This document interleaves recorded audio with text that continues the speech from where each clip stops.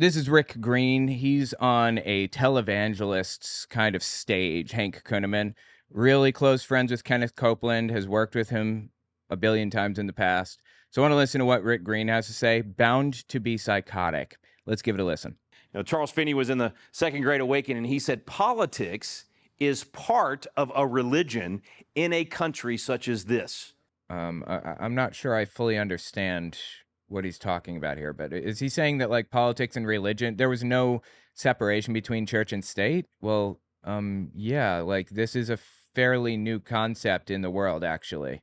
Meaning, if you live in a constitutional republic, politics is part of your religion because your religion impacts everything in your life. And in a constitutional republic, you are the government. This is disgusting, dude. You control the government. So if you're a citizen in America, we the people, we're in charge. Citizen, yes. If you are a citizen, not if you are a religious institution. Very different things. Nobody ever complained or banned Christians from, all right, let me rephrase. No one ever complained about or banned Christians from being involved in government. That's not what is happening. So we're Caesar. All right, we are Caesar. How do you render unto Caesar what is Caesar's and unto God what is God's? If you're Caesar, that means, okay, I've got to do a good job as Caesar. And if I'm Caesar, if God gifts me to be in charge of a nation and I just sit on the sideline and say, well, that's too hard, or I don't know anything about that. Well, yeah, see, that's the thing. A Christian should never be Caesar in the Bible because they should be focused on God's kingdom, not on the political world around them right now. If they're focused on the political realm, they're f***ing up. Or I don't want it, that's dirty, or whatever reason, whatever excuse we use, or it's not perfect, or I can't control the whole thing, or I have to work with people that don't believe like I do, or whatever excuse we come up with. What we're really doing is failing the test of leadership and not taking good care of the talent that we've been given. It's not the talent parable. The talents is not just about money. We've been given, the master has left us in America with this wonderful talent we call freedom. A talent that we call freedom. And of course, the master in his mind is God. God gave us freedom in America. Holy shit, bro. You've got the talent of a voice, a vote, your dollars. Okay, does he know what the word talent means? Your feet being able to go and show up at an event or whatever it might be. All of those things are talents that he's given you and placed you into a unique system of government that has been a blessing to the entire world and said, now you take care of what I've given you, multiply it, invest in it, make sure that when I return, there's more of it than what I left you with. Again, this parable has absolutely nothing to do with anything. He is retroactively fabricating meaning to Jesus' parables that had nothing to do with them because, he's warping it. He's distorting the meaning of Bible stories and verses and chapters because it's convenient to him to do so. This is so wild to me. And half the church is burying the talent and saying, I don't want to be involved. No, everybody votes just about in the church. Well, the master had something to say about that servant. What were they called? Wicked and slothful servant. Wait, where does the Bible say that Christians who don't vote in elections are wicked and slothful? I don't remember that verse, actually. Servant. I don't want to be the wicked and slothful servant. I want to say, okay, God, you gave me a lot here. I mean, you put me in charge of a nation. He made all of us kings, right? We the people. We are the kings in this nation. So I want to do a good job. I want to multiply. I want to make sure when the master comes back that there's more of it for the next generation and maybe even for other nations. You notice how America did that? We exported freedom around the world. We multiplied the talent. Oh my God. You think that you exported freedom around the world? I wonder, if I could sit down with this guy and ask him one question, I'd say, do you think that Iraq is better off now, after we were there, or before we were there? Do you think that we created democracy in Iraq? In all seriousness, Saddam Hussein was a truly terrible person, like a really, really bad person, a horrific monster, if you will. So, I don't know, maybe his death did improve the living conditions of Iraqis, but let me rephrase it. How many more Iraqis were there before we invaded compared to after we invaded? Was it an additional million Iraqis or was it sans a million Iraqis? How many Iraqis died in our invasion? About 1 million, for the record. Civilians. Well, 500,000 to 1 million. It's hard to know because we were pretty indiscriminate with the killing. because as a nation, we recognize that biblical responsibility to take what we'd been given, protect it, preserve it, multiply it, and export it to as many people as we possibly could. But today, there's this new lie that has really taken hold of about half the church, convincing people as Christians that you're actually more holy and righteous if you don't get your hands dirty in that political world. That's not true. Who is telling you that? Who said this? Christians have always been allowed to be involved in politics. I've never had a problem with that. Raphael Warnock is a Christian. In fact, he's a pastor and also a senator that I would have voted for if I were in his district, but I'm not. So how is that? How could that possibly be the case if I hate Christians? What are you talking about? If you don't ever, you can't ever vote for anybody that's not 100% perfect. Well, if you find that candidate that's 100% perfect, would you please call me and tell me who they are, because Jesus has come back and the second coming is here. Let me just fix this problem right off the bat. You will never find a candidate that's perfect to vote for this side of heaven, okay? Every candidate you ever vote for, there is none righteous, no, not one. Okay, but would you vote for the pretty faithful Catholic who's been a Catholic his entire life, who attends church every Sunday, I believe, who takes communion and is pro-life in his personal life and everything, but believes that other people have the right to make choices for their own bodies? Would you pick that guy or Donald Trump? Because I just described Joe Biden. These people don't want them to, these leaders don't want their people to vote for the religious candidate. Donald Trump is an atheist if I've ever seen one. They want their people to vote for the right-wing candidate. That is them not injecting religion into politics, it's injecting politics into religion. All right? Even if Hank runs for office, we're going to vote for the lesser of two evils, folks. Oh, please don't tell me he's going to run for office. Unfortunately, I think that we're going to see a lot of televangelists run for office soon. Greg Locke already announced he's going to. If I run for office again, you're definitely voting for the lesser of two evils. Kuhneman 2050. You could take the Flashpoint panel, and if we were all running for the same office, you're still going to have to vote for the lesser of the evils. Meaning, there is none righteous, no, not one. We're all flawed jars of clay. I'm going to mess some things up. I'm going to be wrong on some issues. I'm going to misinterpret the Bible sometimes. I'm gonna not knock me over with a feather. Get my homework done, and we're all like that. Everybody, there is not a single He has homework? person I've ever supported in the political realm that has not disappointed me at some point. All right, so you just got to realize you're dealing with human beings. Human beings are governing this nation, and we want to do the best we can with what we got. And I'm not saying we just go in there and throw a dart at the wall and say, well, they're all sinners, so let's just pick one. All right, they're all going to sin, so Rick said it doesn't matter. No, that's not what I said. I'm saying if you're looking for perfect, you're never going to find them. We've got a saying at Patriot Academy. We say sloppy success is better than perfect nothing. I'd rather have... nothing that he's said so far has actually, violated the Johnson Amendment or anything. He has not explicitly endorsed or opposed any candidates or campaigns or political parties. As far as I remember, did he come out and say it? There's somebody in my hallway taping boxes and pulling the tape out, and it's going crackling real loud during my stream, and they just keep doing it. Why the would somebody do that in the hallway? Why wouldn't you do that in your apartment where it's less audible? I don't understand. Who would choose to do that in the hallway? Sloppy success than perfect nothing. I'm not going to sit on the couch thinking about how good I'm going to start this business. I'm going to once everything's in place, man, it's going to launch, and we're going to do just great. And 20 years later, I'm still on the couch planning, still thinking I'm going to, right, and never actually do anything. So sloppy success. Same thing in politics. It's never going to be perfect. You're never going to have a perfect government. You're never going to have a perfect president or speaker of the House or governor or congressman, none of those things. So you do the best you can with what you got where you are, meaning we are going to do our homework. We're going to study them. I highly recommend to all of you all across the nation, ivoterguide.com. Oh my God, the right has been shouting this out a lot. I don't actually, I looked at it and it didn't seem to have any useful information or whatever, so I don't know why they keep shouting it out, whatever. ivoterguide.com. When you go to that website, it's so cool the way they've done this. You can actually look at all the candidates in a race in your state, And they've gone in and they figured out who gave them money, who have they given money to, how did they vote, what do they say their positions are, all of these things, so that you can then look at the dial and go, okay, does this person lean left? Do they lean conservative? Are they right in the middle? And I don't think there's anybody on the whole thing that just pegs out, there's no ranking for perfect. It's not in there. So no candidates that are perfect, right?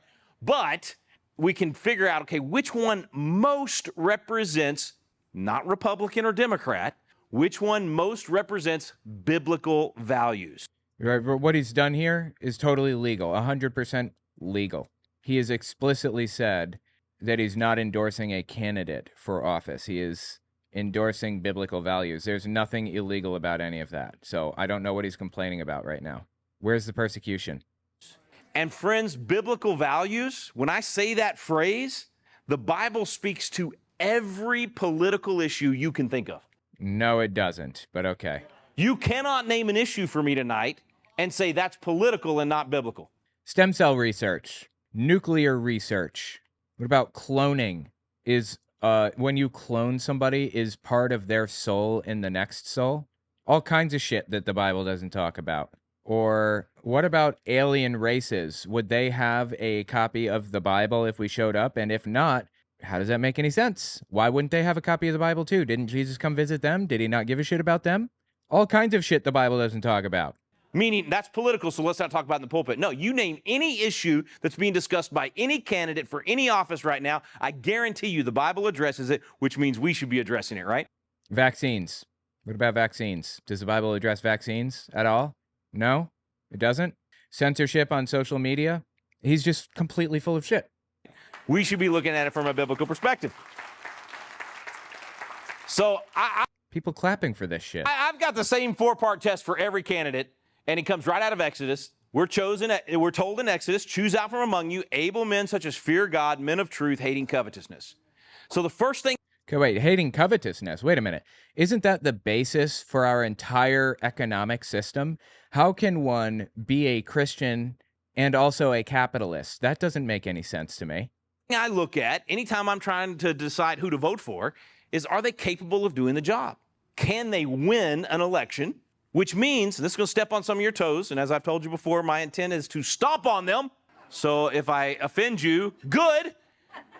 The truth is, oh my God, dude, come on. Offensive. I don't care if I offend you. We're in perilous times right now. We got to stop worrying about hurting people's feelings, start speaking truth, and getting out there and doing what's necessary. So if you got some candidate out there that's running on some third-party ticket and they're polling at 0.00001%, but they're perfectly lined up with everything you believe, are they able? No, because they're not capable of winning the election. So the first thing you have to say is who can win an election, and then who can effectively govern, who can take the things that we, the people, have given to the responsibility for government to do, and who can steward that well, who can run the ship well and take care of what we've given that particular department of government or level of government. So are they capable? Are they able? Do they fear God? Are they a complete atheist who doesn't believe they're going to answer in the afterlife? I'm so like, does he realize that describes Donald Trump? Is he aware of the fact that like Donald Trump is almost guaranteed atheist? Or do they believe in the principles of the Bible? Or are they just literally anything goes, everything's okay? I heard a candidate the other day respond to a question about the fact that their spouse had knocked up the nanny and apparently sexually harassed several more people, and all these complaints are coming out. And the response was, this isn't the 1950s, you know. Wait, you're saying we no longer have a stand? I mean, we all fail. We've all lusted. We've all had, some sexual sin, at least in our minds. If not, I mean, God says we've all, lust of the flesh, lust of pride of life. I mean, everybody in here, right? But we're now going to say, hey, go sleep with whoever you want. I'm not sure what he's saying. Is he saying that people should not sleep with porn stars while their pregnant wife is back at home? Like, the way that like Donald Trump did? Is he complaining about that? I can't tell what the f he's talking about. Violate your marriage vows all you want, and it's not the 1950s, so do whatever you want. It doesn't matter at all. Okay. We're not gonna have at least a standard where you got to at least recognize that it was wrong, and that goes on both sides, folks. That's Republican and Democrat. Yeah, obviously, because the Democrats have never done that. Joe Biden, Barack Obama, Kamala Harris, Hillary Clinton have never done those things. He is describing the things that Republicans do and have done. So you factor it in, but you can't rule out any candidate on either side because of a particular sin. Otherwise, there will be no candidates left. And Wow, that's fascinating. So he's complaining about something and claiming that the Democrats do it when it's actually Republicans doing it, and then says you got to overlook it. That is wild. and the ones that you think have never done any of those things, Capitalism isn't coveting. Okay, let me rephrase. Maybe I'm phrasing it in an inaccurate way. What I mean is envy. Don't be envious of your fellow man. Coveting, which would be I would consider coveting desiring, right? Covetousness and envy. I know they're different words and they kind of have different meanings, but generally I was just using them synonymously. The Bible is very clearly against a capitalist system.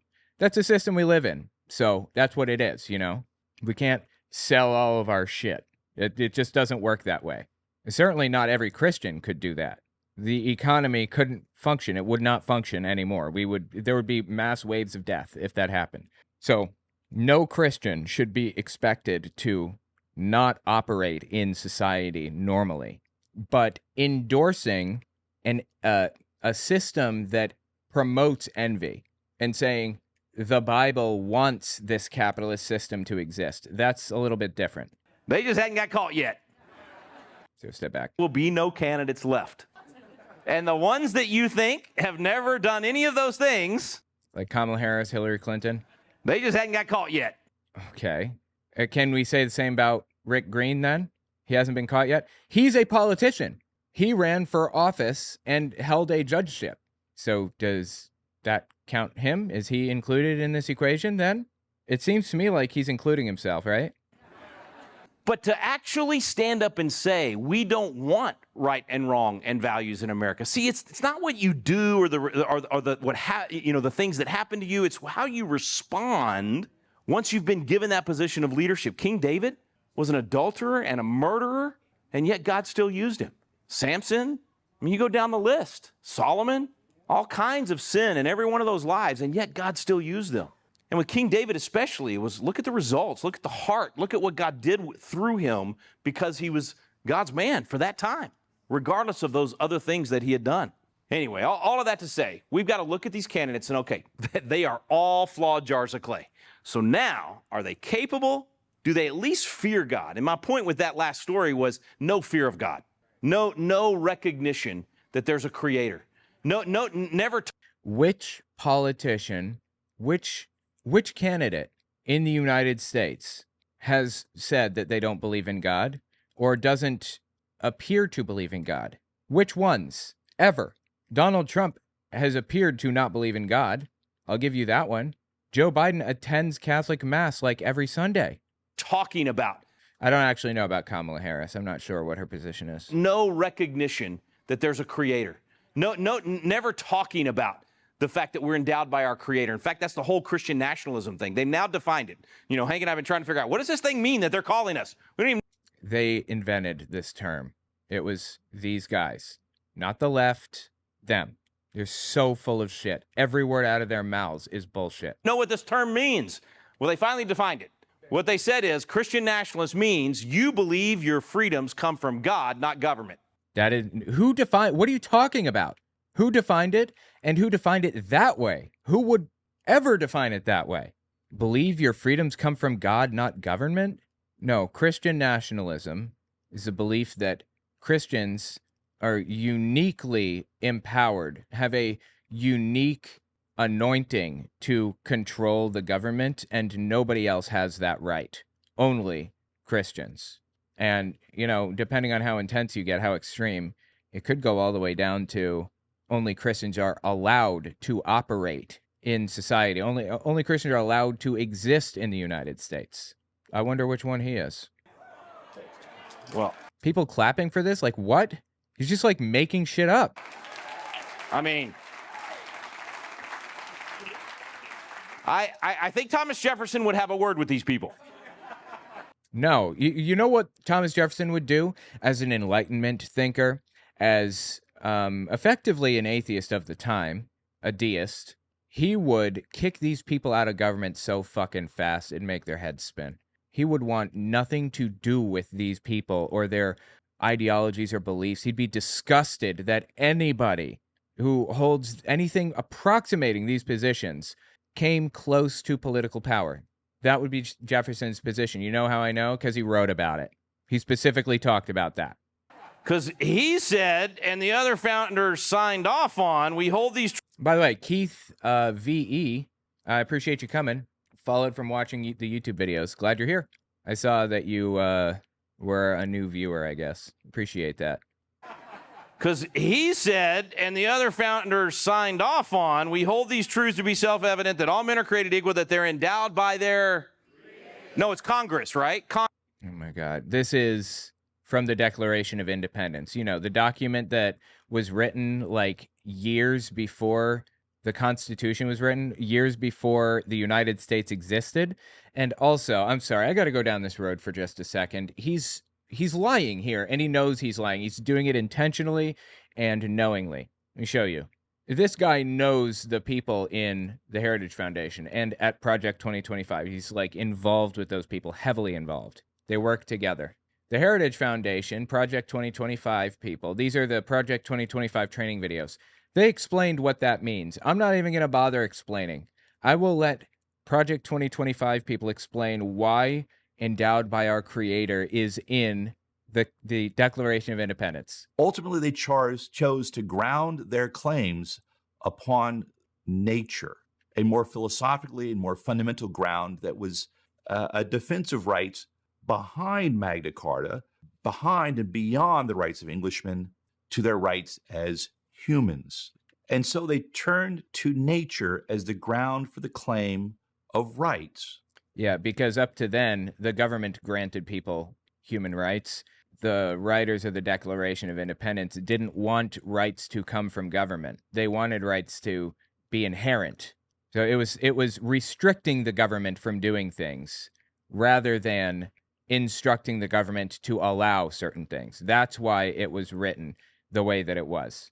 Our Creator. They come from our Creator, i.e. not government. The ground upon which they would make their claims of independence, the grounds upon which they would assert their rights as an independent nation. So the point is, these people know this is bullshit. On top of that, he's a lawyer. He is absolutely for sure 100% read through the Constitution and the Declaration of Independence and all the founding documents multiple times and has read the history and understands what the writers intended and how they came up with these ideas and all of it. I know that's the case because my wife is in her final semester of law school. We got like a month left. And I know the things that she's learned about as she's gone. So Rick Green is intentionally, knowingly lying here, deceiving people because he can. Congress gives you all your... No, it's not Congress. It's Creator. Step back. These truths to be self-evident, that all men are created equal, that they're endowed by their... No, it's Congress, right? Congress gives you all your... No, it's not Congress. It's Creator. You bunch of Christian nationalists, I'm telling you. Yeah. This is bullshit. He knows it's bullshit. He's lying here. He's making shit up right now. And here's the thing. I'm going to get off on a tangent here, and I can't do that because we don't have... But here's the thing. That one thing right there is what makes America different. But that wasn't part of our Constitution. That isn't part of our laws or whatever. And either way, it was drawing out the point that Americans' rights don't come from government. This guy is such a piece of shit, man. I'm sorry. The fact that our freedom does not come from government and it doesn't come from each other, it comes from God Almighty. That is the linchpin for everything great about America. And when you lose that, when you kick God out of the equation, you lose all the blessings. And you... Okay, no one's kicked God out of any equation, first of all. And even if it were about God, at worst, people had just backed it up to from nature rather than from God. Our rights still don't come from government, which is the linchpin of the document in the first place.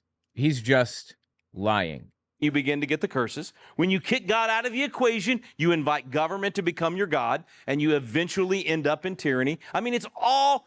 Oh, please. So you cannot have a society that's free unless that society is like built on Christianity. That's the precondition to having a free society, is what he's saying. Okay. You see it throughout history with every nation that's done that the wrong way. Blessings and curses are laid right before us. And we get to choose which ones we're going to have based on how we set up our government, how we live our lives, what we commit ourselves to. And as a nation, we committed ourselves to the idea that our freedom comes from God, not government, and we laid that foundation before we did anything else. That was right there in the heart of the Declaration of Independence. So there's no question that God is the source of our freedom, and we want candidates who recognize God, that at least acknowledge that there is a God. They may not share our exact faith. They may be, you might have somebody in the Christian faith that's way over here on the really, really, really conservative side that, when they do praise and worship on Sunday morning, if they actually stand on the balls of their feet, that's getting charismatic. And then you may have them on the other side over here where I grew up, where sometimes you can meddle and hurdling pews and lap in the sanctuary during the worship service. So you just that part, honestly, that's not what's important on this thing. It's whether or not they fear God. Do they have a fear of God? In other words, a recognition of God. So Abel, they fear God. They hate covetousness. In other words, they're not in it for the bribes. We have so many corrupt politicians right now, so many corrupt bureaucrats. It's all about the grift. They are all using the system to benefit themselves. Instead of that line in America the Beautiful that says, more than self, country loved, they love themselves so much that they are willing to sell their country out. They're willing to open up the border and let 20 million illegal aliens come in and. Okay, that did not happen. Again, he is lying. He is a lawyer. He knows that this is a lie. You can't convince me otherwise. The border is not open. It's never been open. And what is the downside actually? All right, let me rephrase. And the people that are sneaking over the border are not immigrants. They're refugees. There must legally be a humanitarian corridor into the United States to a refugee center, a UN-recognized refugee center, so that they can apply for asylum because they're from war-torn areas or whatever, any number of things. The people that are sneaking over the border, quote-unquote, are refugees, not immigrants. Second, or no, are we on number 3 now? There aren't more people coming into the United States in the Biden presidency than there were under the Trump presidency. Or under the Bush presidency or whatever. Like, it's roughly the same, give or take. And finally, what is wrong with immigration exactly? Immigration, all right, economies grow vastly when manpower is added to the workforce. That's why Russia is trying to, or has been, trying to pay people to have children. It's like $10,000 per kid or something over the first 2 years. I don't even remember what they're trying to pay people for. They're trying to create a baby boom because their population's on the verge of collapse. They're not having enough children to counteract the number of deaths in society. And their economy is failing as a result because they have to pay out benefits to the previous generation, but there aren't enough replacement workers. There is no downside to immigration. We don't have to birth our way into a larger economy. We have people coming over, or we have people who are willing to join the workforce. We have people who are willing to join the workforce, like right now. We don't have to birth our way into it. Why would we not accept people into the United States as we aren't right now? I don't understand. What reason is there to be opposed to immigration? There is only one reason. I don't know of any other. Racism. That's it. Including rapists and murderers and cartel and Hamas and all the evil. No, that's just a lie. None of that shit is coming over the border. Hamas? Why would Hamas be coming over the U.S. border? What the f*** are you talking about? Bro lives in another dimension entirely. That we've allowed. So they love themselves so much because they are loving, they're coveting. They're wanting so much to have all of these things for themselves rather than for the country. So hating covetousness, man, you want people running for office that end up having to sacrifice to serve. I think of one particular individual that literally has seen his balance sheet drop by No kidding, more than $1 billion. Donald Trump, right, is what he's saying. Sure, totally. Trump got richer in the presidency. I'm assuming that's what he's talking about. Because he served as president of the United States. Oh, please, dude, really? Donald Trump's balance sheet did not drop by $1 billion. He certainly not for serving as president. He owes hundreds of millions of dollars for some people and for lying about it afterward and for committing fraud. I remember that. That isn't the result of him running for office or whatever. Holy shit, bro. Now, that's not coveting. That's doing the opposite. It's saying more than self, my country I love, and I'm willing to give up dollars, reputation, all of those things. Oh, my God. Yeah, totally. So let's see. Able men such as fear God, men of truth, hating covetousness. The truth part, man, that's the tough one today, getting politicians that will actually tell you the truth. They will actually tell you the truth, even if it's not what you want to hear. So they know they're going to lose votes possibly, but they're going to tell you the truth because we as a nation need to hear it. They're willing to say, hey, we're going to have some tough economic times in order to restore biblical principles of economics and get away from this socialism thing. By the way, did you know that 3 in 10 Christians prefer socialism over capitalism? Yeah, I don't know if that's true, but socialism and capitalism can work together. You can have both at the same time. You know what socialism really is? I'll tell you what it really is. People use socialism synonymously with synonymously with communism. That's not what it is. The National Socialist political party in Germany, what they meant when they said socialist was social programs like feeding the homeless, welfare programs, universal health care, unemployment insurance, things like that. What socialist actually means today is when you start a nonprofit organization, as I have wanted to do for a long time, you have to build voting right into the system. So the CEO is voted into their position. The bosses are all voted into their positions by the people under them. They have a board of directors that votes on changes to their bylaws or whatever other thing. In a socialist system, that's how everything would work. Every company, instead of being a private company owned by Mark Zuckerberg would be voted in by a board or whatever. And the board members would be voted in by people and so on and so forth, all the way down the line. And in a socialist company, a socialist system, unions are baked right in to the company automatically. You have a union the moment that the company starts, basically. Once you have more employees than a certain number. 3 in 10 Christians prefer socialism over capitalism. That's how bad we've educated the church on even issues such as economics. Remember when I said Yeah, I don't even think that's true, but okay. earlier, every political issue the Bible speaks to, Jesus does a whole parable just on the minimum wage. I don't know if that's true, but okay. I mean, does he think that Jesus wasn't socialist? And the fact that the minimum wage is anti-biblical. Oh my God, are you shitting me? Okay. Jesus was not right-wing. He was left, obviously. Right? He talks about so many things, economic and employer-employee relationships and all of these things. There's No. the biblical position for every one of these things. We've got to learn them, and we need public servants that understand them. So I just encourage you, use those 4 things, and then don't rule any election out. Don't choose ever to sit on the sideline. I said Civil War. I think it is a cultural civil war right now. Okay. Thankfully, it is not a kinetic civil war. We're not fighting with guns and knives and fists and all that, at least not in places other than Chicago. And so That's not happening in Chicago. They say the same shit about New York City. New York City's not dangerous. It's perfectly safe here. I'm happy. Everything's going well. I don't live in fear I'm going to be robbed or something. Never been robbed in New York City before. Like, these people are so incredibly, completely, and totally full of shit. I'm sorry, Chicago, that was rude. It was there. It was a bad Hank joke. I don't know. I just felt it over here. That's not funny. The point is, That's not funny. It's not offensive. It's just stupid, is all.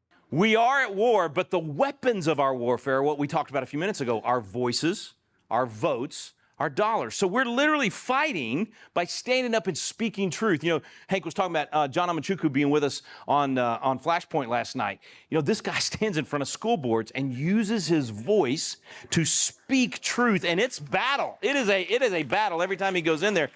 You can do the same thing at the water fountain at work, with your kids, with friends over lunch. You use your voice to influence. You have truth. Why would you be silent if you have truth? So we need to be speaking out and saying, hey, there is no biblical defense. Now, this is where I'm going to step on some toes out there, maybe some of you watching tonight. As if anybody gives a shit about what he's about to say. You cannot biblically defend the idea of checking out of the process and not participating. You cannot say, well, the righteous thing to do is to wash my hands of it. I'm going to be Pontius Pilate. Does anybody remember reading the Bible and him being the good guy? Okay, that's super interesting. You know that the Pontius Pilate claimed that it was the Jews' decision to kill Jesus, but it was actually the Romans' decision to do it, not the Jews' decision. And Pontius Pilate, he's talking about a verse where Pontius Pilate says, I'm washing my hands of it. It's up to the Jews now. It's their decision what's going to happen. That didn't actually happen. Pontius Pilate made the decision to take out Jesus. Anyone? No. You cannot wash your hands of it and say, well, somebody else will decide for me. How is that biblical? You cannot wash your hands of it and say, well, God will just take care of it. That's not biblical either. We are supposed to be his hands and feet. And again, we're stewards of this. This is the talent we've been given. So even if we don't like the choices, you know how many times I've had to go in and vote for somebody that I only agreed with 50% of the time, but the opposition I only agreed with 10% of the time. So if I vote for the one I agree with 50% of the time, that's better than the one, I mean, I'm not a math expert, but that seems like a better deal, don't you think? But we have a lot of people in the church that actually think I would be sinning if I vote for the person that I only agree with 50% of the time, because on these other 50% of the issues, I think their position is sinful. Well, that would be like saying, I know I need this surgery, but, I heard that the doctor likes to drink on the weekends, so I can't do the surgery, or the doctor is involved in some sort of sin, or they don't go to the right church, or maybe they're... You know what it would actually be like? I'll tell you.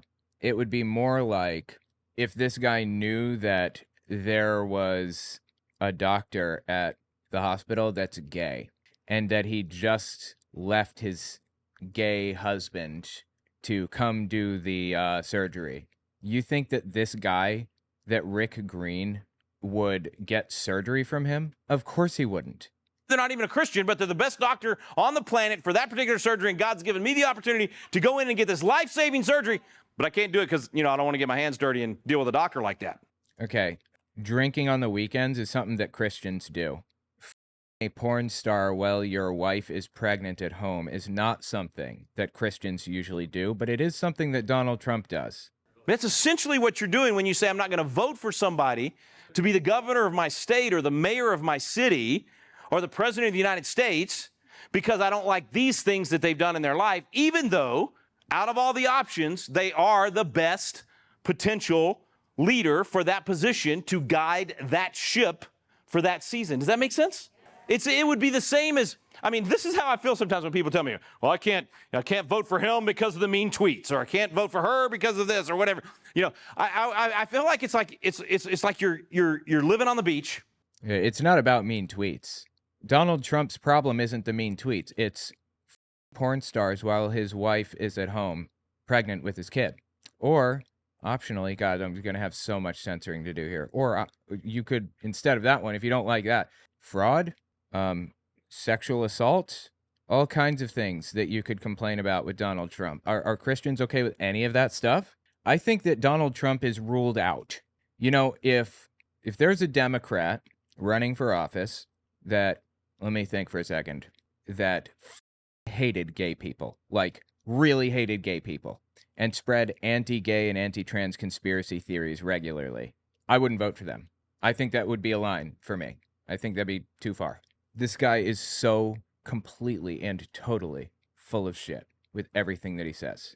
And your house is on fire, and you've got all the firefighting equipment there, but you don't want to use seawater because it has salt in it. I'm not sure I understand. Do Christians have a problem with salt? Is there a moral problem with salt? Is salt morally wrong? Is that a dumb example or what? Yes, it is a dumb example. It makes no sense. It's kind of dumb, but it's this idea of no. Unless we have regular water, that salt is going to corrode the lines that we would be using to put out the fire. So just let the house burn. America's on fire. We literally have a nation on fire right now. No, we literally do not. We figuratively, in your mind, have a nation on fire. Does he literally even know what the word literally means? I thought Frank Pavone had a fantastic. If you don't know who Father Frank is, he used to lead Priests for Life and just been a fantastic pro-life champion for 40 years. One of the greatest leaders in the movement. And he put out a video about a month ago. And his analogy was different, but he was basically saying, the house is on fire. When the firefighters show up, you don't say, excuse me, are you okay with IVF or not? Excuse me, which exceptions to abortion are you okay with? Which church do you go to? Do you speak in tongues or not? No, you get out of the way and let them put the fire out, right? God brought them to you to put the fire out. It's like being that, oh, God's going to save me. So they're standing on the roof. You all heard the joke about the boat comes and they say, we'll help. No, the Lord's going to take care of us. And the helicopter comes and they say, no, the Lord's going to take care of us. And they drown, they get to heaven. Lord, why didn't you take care of us? Well, I sent a boat. I sent a helicopter. I said, that's how I feel about people that are like, well, I can't vote for that person because of all these things. Listen, you have to do the best you can with what you got where you are. We have to be wise as serpents. Wise as serpents. Doesn't that sound, you're going to be a snake. Where did he hear that? Wise as serpents? I've never heard that before. Is that a biblical saying? Matthew 10:16. Oh, okay, interesting. Apparently that is a Bible saying, Matthew 10:16. What is the context here, though? Coming persecutions? The mission of the 12? Is Jesus... He gave them authority over unclean spirits to cast them out and to cure every disease and every sickness. These are the names of the 12 apostles, Simon, Andrew, so on and so forth. These 12 Jesus sent out with the following instructions. Go nowhere among the Gentiles and enter no town of the Samaritans, but go rather to the lost sheep of the house of Israel. As you go, proclaim the good news. The kingdom of heaven has come near. Cure the sick, raise the dead, cleanse the lepers, so on and so forth, cast out the demons. Okay. And we have coming persecutions. Quote, see, I am sending you like sheep into the midst of wolves, so be wise as serpents and innocent as doves. Oh, interesting. Wow. So this says, be wise as serpents and innocent as doves, i.e., you don't have to be a snake. It is the exact opposite of what he said. You have to think like a snake to understand what they're going to do next, but be innocent of the doves. Be innocent as the doves. Be innocent of wrongdoing. Don't act like a snake. It's literally contradicting what he's saying here. All these things. Listen, you have to do the best you can with what you got where you are. We have to be wise as serpents. Wise as serpents. Doesn't that sound... You're going to be a snake. No, you have to think like the snakes in your midst to protect yourself, but be innocent as doves. Oh my God, dude. Talk about snakes. Be as wise as, he didn't say be wise as doves, wise as serpents, harmless stuff. Why would he say be wise as? Because we got to be crafty, we got to be smart, we got to be strategic.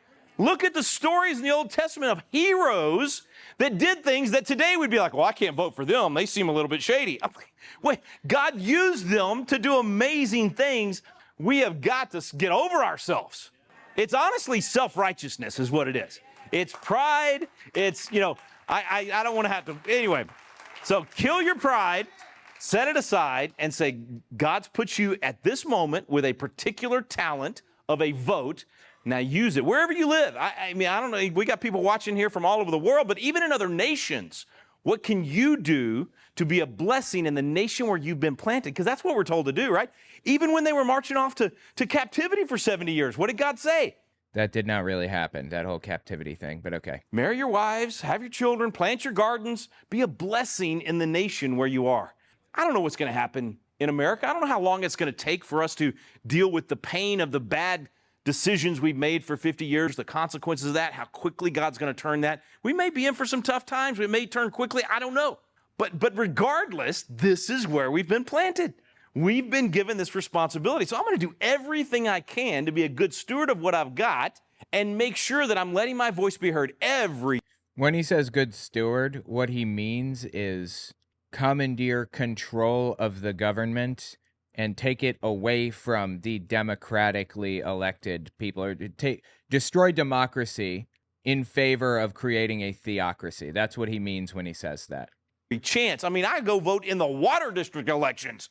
I'm going to vote in the school board elections. I'm going to vote certainly in the governor's race and the U.S. Senate races, or the state legislative races, the congressional races, and obviously for president as well. So we have got to get over this idea of somebody's got to be perfect. We've got to get over this idea that they're going to save the... None of us, as much as Hank and I talk about the presidential race and all these different things, we don't see any of these candidates as our saviors.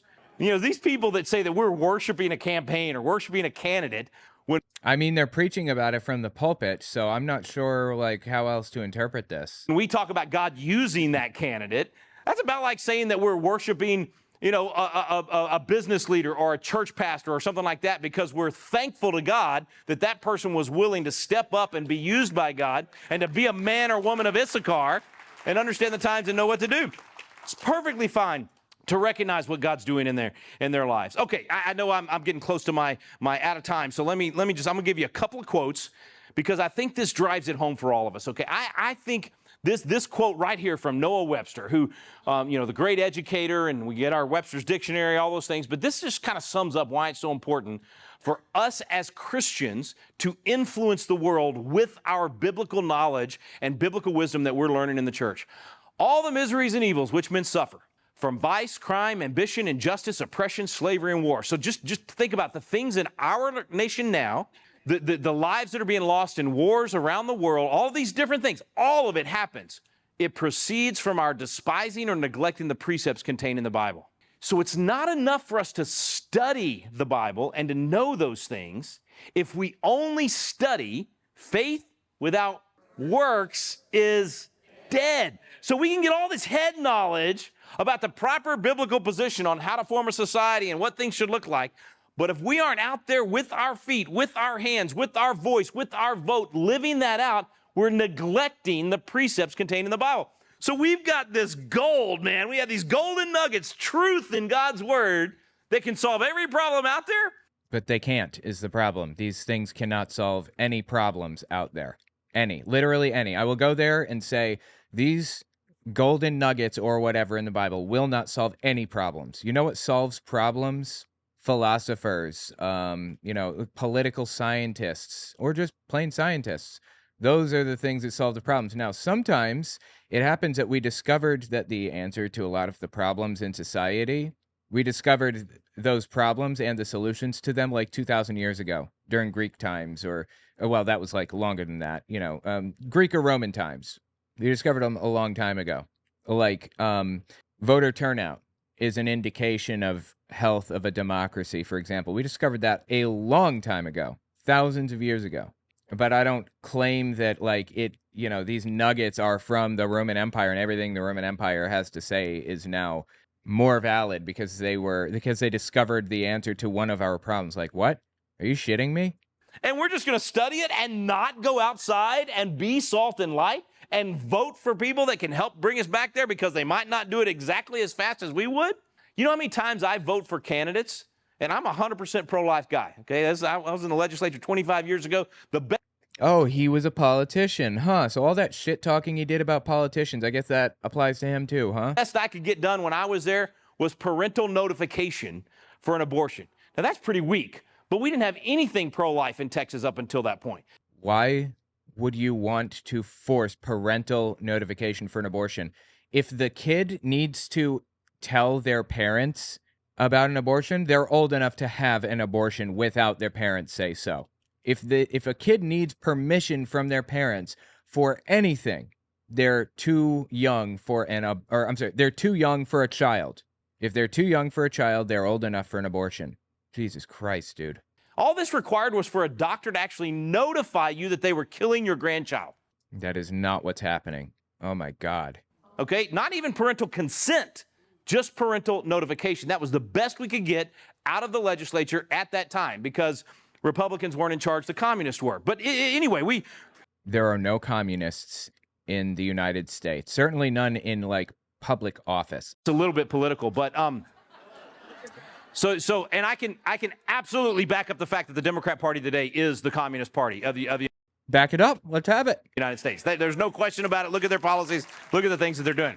Now, Republicans are not perfect. Believe me, I can lambast the Republicans. I'm an equal opportunity critic. Okay, we should always say which one's biblical. And there are, oh my God, there are no communists in public office today in the entirety of the United States. None, not a single one that even comes close to communism. And one's going to be more biblical than the other. Never really, really close on that, right? When you really start looking at it biblically, you'll figure out which candidates. And right now, in terms of political parties, the Republican Party platform is definitely more biblical than the Democrat Party platform. Now, the Constitution Party platform is even more biblical than the Republican Party No, not even close, not even a little bit. platform. Now, the Constitution Party platform is even more biblical than the Republican Party platform. They just can't win any elections. So you got to start saying, okay, which one's most biblical? That's who I'm going to. So there's nothing wrong with saying a party does this or does that. You know, political parties are nothing but clubs. You know, this may actually be, I think this probably crosses the line into endorsing a political party, right? Up to now, he has not violated the law. I think that might actually cross the line. Not that it matters. No one's going to do anything about it. They're just organizations. That's just.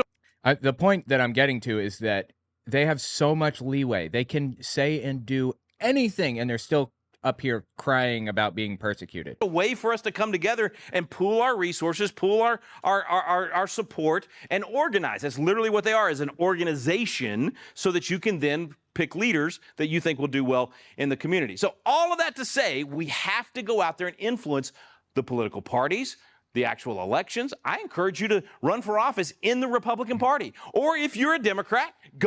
That would be endorsement of a party, I think. Elections, I encourage you to run for office in the Republican Party. Or if you're a Democrat, go run for office in the Democrat Party and bring biblical values back to the Democrat Party. There you go. So he didn't endorse one specific party over another. It feels like this is very specifically and intentionally crafted to not violate the Johnson Amendment intentionally. But it should show you how much you can get away with without losing tax-exempt status. You can do practically anything. There is no persecution here, none. I was actually thrilled that Robert F. Kennedy was running for office as a Democrat, because I thought he would pull them back from the brink, from being communist, because he's not a communist. He's liberal on some things. We disagree. Oh my God. Big time on some major issues. But he recognizes the proper role of government, this deep state, a lot of things. And so I thought, well, he's at least, more moderate. Maybe he'll pull them back. So if you're a Democrat, Democrats are not communists. please get involved in your Democrat Party. Run for precinct chair, run for county chair, whatever it is, and help bring your party back to biblical values. If you're a Christian, if you're a Republican or you don't know what you are, go study the platforms and say which one lines up most with my biblical convictions, and then get involved in one of them. But it's too late for that this year. The primary was earlier in the year. Right now, the only thing that you can really think about is in the next few weeks, voting in the presidential election, in the state governor's races, or in your state, it's different all over the country. But not voting in November, I'm sorry, is not an option, not a biblical option. Actually, it is the biblical option. You, as a citizen of the United States, have an obligation to vote. You, as a Christian, has no obligation to vote. I don't think it's like, I wouldn't go so far as to say like it's banned for you to vote, but it is in the Bible banned for you to use your religion as a justification because you want to control the political system. That is not biblical. Because that part of the declaration right there is your job. Consent of the governed. So I did the we hold these truths to be self-evident, all men are created within doubt by their creator with certain inalienable rights. Among these are life, liberty, pursuit of happiness. That to secure these rights, governments are instituted among men, deriving their just powers from the consent of the governed. Friends, that right there, that's the whole reason for government. The only reason we have government is to protect our rights. Now, if government's job is to protect our rights, then where does government... No, that's not government's job. You know what? I guess it is. Okay, I can say that is government's job. However, our rights exist outside of government, so it's not on government to provide the rights. That's kind of the philosophy here.